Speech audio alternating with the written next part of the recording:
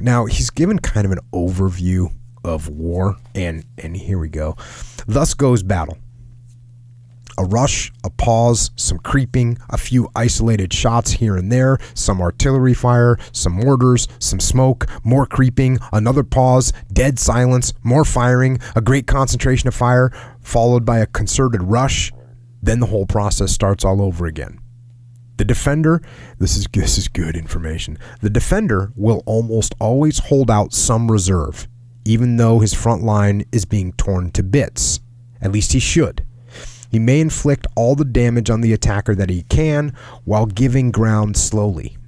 Then, when he thinks the attacker is weakening, or when the defense has reached a certain piece of ground that the defender has chosen for the purpose, he launches a counterattack with his reserves. The attacker has used much of his strength, his men are tired, probably short of ammunition, and are almost inevitably somewhat disorganized. Then the defender throws fresh troops into a counterattack over ground his men know. Unless the attackers are very strong, they must inevitably suffer.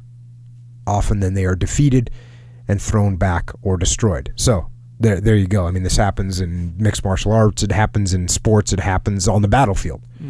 These guys are pushing forward on the attack, and you take away, you chip away at them a little bit, you give them ground, and then when they get spread out, they're low on ammunition, boom, then you hit them on a counterattack on ground that you already know.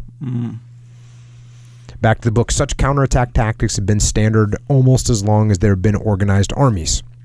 The Germans employed them so regularly that they were never a surprise. But the enemy could never seem to muster the strength necessary to make their counterattacks stick. Their efforts often halted in advance, as they had the night before, but they rarely gained back any ground and were almost always costly to the counterattackers. Even the best and most proven tactics still require judgment and the force to do the job. The Germans rarely had enough of either. So there's a little breakdown on what's happening with the Germans. First of all, they're not using good judgment. They're just like standard operating procedure. We're going to counterattack every single time. And when you counterattack, you're taking losses, especially if you're not gaining ground. So their standard operating procedure, we're going to counterattack, and they're not gaining ground. And so what are they doing? They're losing guys. And the more guys you lose, the less guys you have to counterattack with the next time. Yeah.